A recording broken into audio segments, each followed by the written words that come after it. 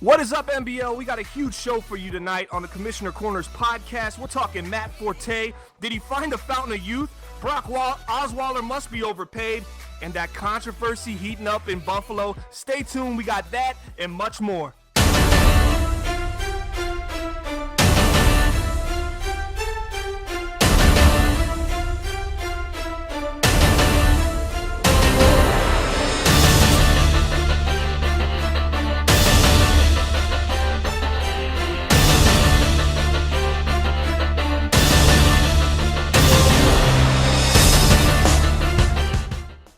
Welcome to the Commissioner Corner podcast. I'm your host, Bomber. Alongside me, my co-host, Lipp. It's Friday, September 30th, NBL Season 19, week number 8. And as we're going to start every show with the 2-minute drill with Lipp. Lipp, are you ready? I am ready. All right, this is going to be 5 questions, rapid fire, off of various topics. And Lipp's going to give us a one sentence response. Question number 1. Vikings 4-2. They're on a 4-game winning streak. When will it end? Well, they've got the Bears coming up, the Lions, the Redskins, the Cardinals, and the Lions. I'm going to say that the win streak ends with the Lions, but it's not when you think. They are going to get the win week 9 versus the Lions. They will continue the streak with wins against the Redskins and Cardinals, but then it will come to an end week 12 against the Lions. The AFC East is in a 3-way dance between the Jets, Bills, and Patriots. Who takes that division? Well, right now they're all pretty deadlocked. The points scored are all pretty close, but I'm going to go ahead and give it to the Jets. I think that they are running the ball well. If they can reduce their passing turnovers and just pound the football on the ground, I think that gives them the best chance to win the division. We all know Jay Moon won with his Patriots in NBL Season 18. What's the percent and chance that Jay Moon, who's currently the Rams, can repeat as an NBL Super Bowl champion? I'm going to have to go with less than a 5% chance. You know, It's a tough league. It's tough to repeat. You're in a division with the Cardinals and the Seahawks. You started out 3-4 with a rookie quarterback. There's not a very high chance of repeating in this league with that situation. Nate Silvers does our top 10 power rankings for the NBL. Who is the most overrated team that made that top 10 list? Most overrated, I'm going to go out here, and this is going to start some issues. I'm going to go out and say it's the Cowboys, okay? They've been playing pretty well so far into the season, but they have a defense that plays good within their system, but they're going to be tested against good teams down the stretch. They throw the ball short. They rely on the run way too much. I feel like if they try to go too pass heavy, things will fall apart, and that's why the Cowboys are overrated. All right, you got overrated. 17 seconds left. Who will be the NBL Offensive Rookie of the Year? Hurry up, 12 seconds left. You got Wentz, you got Lynch, but Wentz was supposed to have a big high start. Lynch is starting out slow, but he's got some insane weapons around him. He will be the Rookie of the Year. 2 and 1, and you just finished your first 2-minute drill, Lipp. How do you feel? I feel great. Fantastic. We're going to do this every week on the Commissioner's Corner podcast. More to come. We're going to hit our major topics, some huge storylines developing in the NBL. Stay tuned. Are you looking for affordable graphic design? Well, the Madden Bomber League has you covered. Our sponsor at web3ks.com can do anything you want. They always go, Bomber, where'd you get those intros? Web3ks.com. Bomber, where'd you get them graphics? Web3ks.com. So you guys need to check it out. If you run a CFM, if you got a Twitter account, if you got a YouTube account, and you're looking for some nice, clean, affordable graphics, go to web3ks.com and he will fulfill all your graphics needs. All right, guys, I'm hearing huge news out of Houston this morning.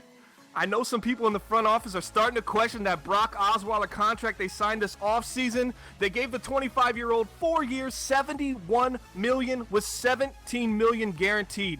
He's at 69% completion. He's 5 touchdowns to 15 interceptions with a horrible QBR of 72.3. The Texans are currently 3-4. They play the Lions this week. And I tell you, Lipp, I think Houston has a problem right now. Yeah, it definitely looks like they have a problem, but I'm going to give them some good news. I think that they have a lot to look forward to in this young man. You got to remember that they're just bringing him in for the first time, and this is the first year that ownership is there in Houston. If you know a little bit about the owner, you know that Doughboy's got really good history with developing offensive players. You just have to look at the NBL Players Hall of Fame to be able to know that offense comes naturally to Doughboy. So this is just an adjustment period. Brock Osweiler, it's a new system, it's a new team, and things just need to get ironed out. Even as bad as it looks with 5 touchdowns, 15 interceptions, he's still completing almost 70% of his passes, which is not great, but it's not horrible. So he is completing passes, and overall, they are 3-4. They've got a tough matchup coming up this week, but things aren't terrible. If you But here, let me interject. You say he's completing passes at 69%, which I agree, but he's throwing to the same guys. I mean, you look at Fuller and Hopkins' production compared to the rest of the team. Fuller's 27 catches, 402 yards. Hopkins, 22 catches, 486 yards. That's the bulk of his passing. So that probably comes into play with the touchdown to interceptions. They know where he's going, and it's just a matter of time, and then they end up jumping the route and picking him off. It definitely does, but you got to remember that with Will Fuller, this is, it's only halfway through his rookie season. He's young. There's not a whole lot of knowledge there as far as experience in the NFL. He's still developing. And I could be wrong, but they don't really have a dominant tight end or even a tight end that can step up and help a young quarterback out when he needs it. So, yes, he is going to the same 2 places, but one guy is very limited in what he can do from an experience perspective, and the other guy, it's Hopkins. You're going to go to him, but as far as that is it. So he is kind of limited there. The interception, he's not making good choices, but it's more of his fault than it's not, but it's not all on him. Okay, they got a young team. They definitely lack at the tight end position, and that's on management. That's on Doughboy. He didn't bring in a tight end in the offseason. He didn't bring one in the preseason, and I think Osweiler's first year being there, I think he needs some kind of security blanket to throw it down to help stop him from throwing those balls into traffic and forcing it to Fuller and Hopkins. Fuller, obviously a rookie right now, but I wanted to bring up my next point is Lamar Miller, 5.2 yards per carry. He's got 450 yards on the season and 4 touchdowns. I mean, you can't ask for better production from a halfback, and that just makes me really just question, how is this guy worth $71 million? How'd you give him $17 million guaranteed when he's getting this type of production from the running game and he's still struggling in the passing game? Yeah, I think that they saw big things from him and thought that he could come in and immediately step up. That's obviously not the case. It's a lot tougher than what it seems on paper. I think that they need to, tone back the playbook, reel it all back in, stay on the ground, make simple, smart reads and plays, develop Will Fuller, rely on Hopkins, and get this guy a tight end, and really rely on the running game to open up the passing more for this young quarterback. Yeah, the Texans are 3-4, and we'll continue to watch this. We'll continue to monitor this on the next Commissioner Corner podcast. They got the Lions coming up in Week 8 this week right now, and then they have a bye week, Week 9. So the bye week is when you want to try to get it all together for a young team. But we'll continue to monitor this on the Commissioner Corner podcast, and we'll stay with the storyline and see if any more guys come out from the front office, if we hear any more leaks about disappointment in Brock Osweiler, if he can turn this ship around. In Week 4 of NBL Season 19, the Dallas Cowboys traded a 3rd-round pick to Seattle for 24-year-old wide receiver Paul Richardson. Paul Richardson's output so far, he's got 19 receptions, 304 yards. He's second in on Dallas receiving-wise. The Cowboys are 6-1, and they just won today against the Eagles 24-13. Now, many are questioning if this move is going to bite them in the butt later on down the line. But as of right now, the Cowboys are rolling, and everything looks to be good. What do you think, Lipp? Well, right here, this offense is mostly based off the run. They run the ball with a good line, a good halfback, and they pass it short and smart. You don't really need to trade a 3rd-round pick to get a wide receiver weapon whenever you have so many holes on defense. You look at who they've played. They've played the Giants, the Redskins, the Bears, the 49ers, the Bengals, the Packers, the Eagles. The most impressive win there is against the Bengals, but everything else, they're not really developed, built teams. So on the outside, the 8th best passing defense looks really good. It looks like it's a good defense, but you haven't really played a strong passing attack team other than the Bengals, and you need a lot of help on defense. I'm telling you that defense is going to get tested down the stretch, and you're giving away draft picks for wide receivers that you don't need because your offense isn't really based on them. Okay, so you're telling me that 6-1 Dallas Cowboys right now isn't really 6-1. You're saying there's a lot of other factors at play here, and their defense is actually looking better than they actually are. Am I getting that correct right now? We talked about the most overrated team in the top 10 power rankings. The Cowboys were the team, and I think that this has a lot to do with it. Definitely overrated. They're very good, don't get me wrong. They are good, but they're not as good as they look. And this is what I'm hearing, and I understand where you're coming. They're not as good as they look. Gotcha. They lost Terrence Williams, though, for the whole season. He was their number 2 option. You got to give Romo something. He's an aging quarterback. And I'm also hearing that Jason Witten, this is going to be his last year in Dallas. And whether it's coming out in the papers or not right now, and they're not trying to say anything, I'm hearing they're moving on. They like Escobar and Hannah, and I think they're going to go ahead and move on from 34-year-old Jason Witten. You got 36-year-old Tony Romo starting. Don't you think it's time now for the Cowboys to try to win that championship with the pieces they got in place? And I think this move was essentially, let's win now and worry about the rest later. Could be a bad philosophy, but that's just where I see how their thought process was when they made this deal. I think that you could have done both with how Tony Romo plays quarterback. He's a good quarterback. He doesn't need a guy. I mean, Terrence Williams and this Richardson guy, let's be honest, there's not that much difference between them. Maybe one's a little faster, one's he got a little more experience. Losing Terrence Williams, that's a hit, but it's not that big of a hit that a guy that just has, a little more, he's a little faster than, a free agent guy or a practice squad guy. There's not that big of a difference that you need to impact a 3rd-round pick of your future on for a guy, like I said, that doesn't really, impact your offense in that big of a way. And to your point, I know a lot of Cowboys fans were a little outraged with the trade. There was mixed emotions on it. A couple were really big fans of Paul Richardson. He is 6 foot. He's got the size and the speed and the ability to be a down threat receiver. But a lot of people wanted to see Cole Beasley step up and take that spot. He's 27 years old. He's obviously on the short side, but he definitely has the ability and the skill set to step up and make some big catches for the Cowboys. So a couple of the fans were a little disappointed that they made that move and traded that 3rd-round pick to Seattle for Paul Richardson. Yeah, you definitely have. I mean, you've got Dez. Whether Jason Witten's come and go and whatever he's doing, he's there now, and he may not be the most physically, the greatest tight end in the league, but he's got the brains. He's smart. He's not going to go just stand behind a defender. He's going to find the holes. That's a big asset to an offense that's attacking the way they are. Like I said, short and smart. Jason Witten's a huge asset, and Cole Beasley offers a completely different set of skills compared to Witten, Dez, that, like I said, I don't really think you need to make that trade. I think it was panic. Yeah, I'm a huge Cole Beasley fan, but I also am for the trade. I thought it was a good move for them.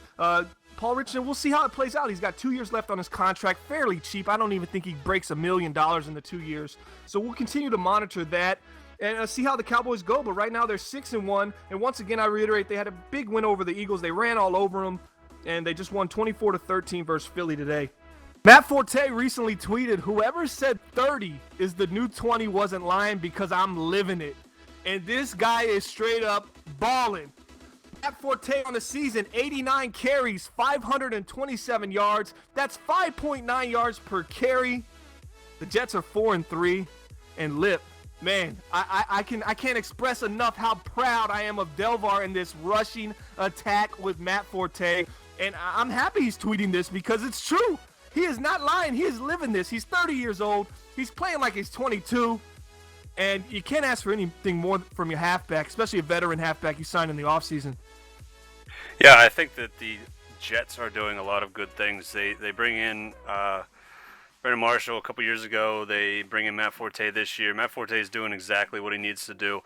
He's talking about being 30 but playing well above the expectation of 30. If you remember, whenever he was in Chicago, he had some injuries. He didn't really play 16 games a lot early in his career. I believe that he, trimmed down some weight somewhere mid-career, started playing 16 games, and now he's in New York. He's going to play all 16 games, I hope. I love the guy.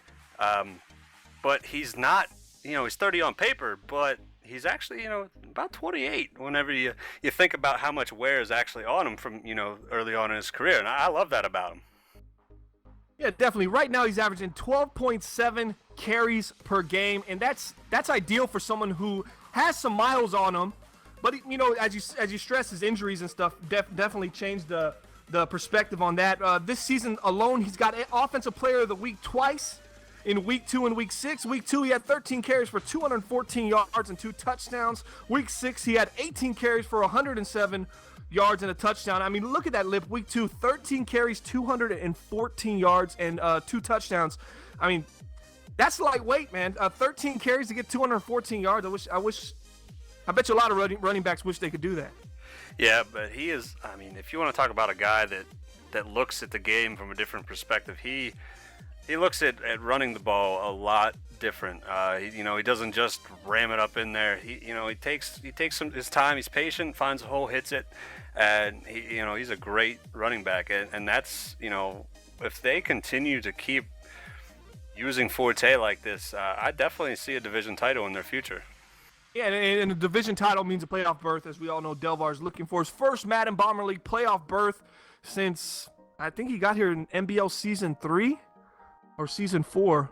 We'll have to check for the stats on that. We'll get back to y'all, but I definitely see it too. My prediction is the Jets win the division and pull ahead of the Patriots and the Bills, and they do it behind the attack of Matt Forte, man. 89 carries again for 527 yards. That's 5.9 yards per carry.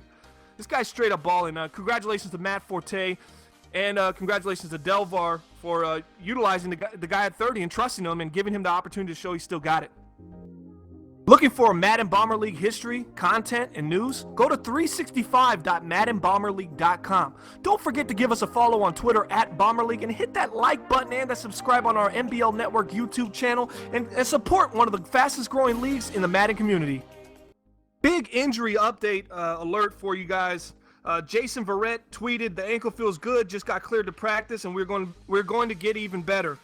And this is very true. The Chargers started 4-0, are currently 5-3, have lost 3 of their last 4 games, but have no fear. Jason Verrett is cleared, along with Travis Benjamin and Joey Bosa. So they got 3 studs coming back next week, Week 9 against the Titans. It's going to be on. We're going to see these Chargers 100% healthy, and I expect that this is my pick to come out the division. So I expect huge things for the return of Jason Verrett, Travis Benjamin, and Joey Bosa to the Chargers starting lineup.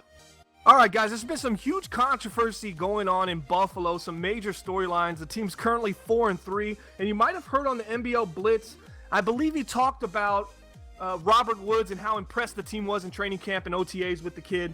And then they went ahead and signed Roddy White, I believe week 2 of the preseason, and it just totally changed the whole direction and understanding of the depth chart of the wide receiver when they moved him to number 2 on the depth chart. Let me get you all guys updated a little bit. A couple days ago, Roddy White tweeted, "I'm happy to be on the Bills to work with Tyrod and develop him as a young quarterback. I haven't hit the end zone yet, but I'm breaking off the rust. We're about to kill it in Buffalo."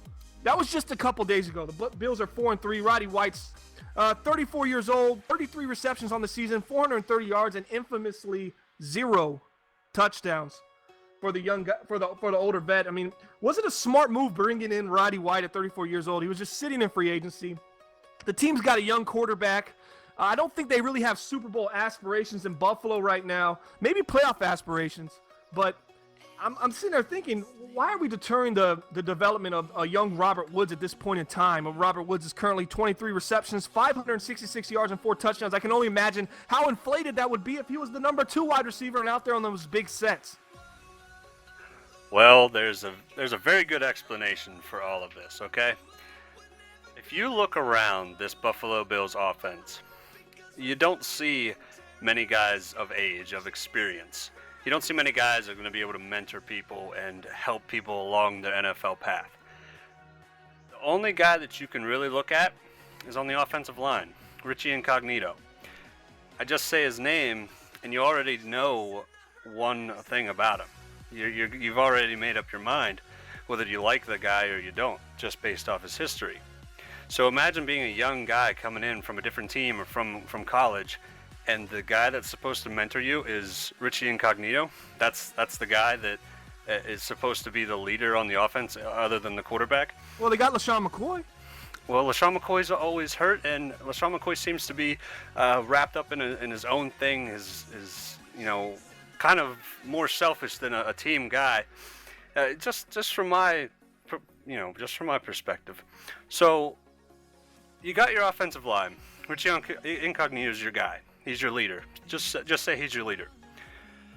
Okay, offensive line at an NFL practice.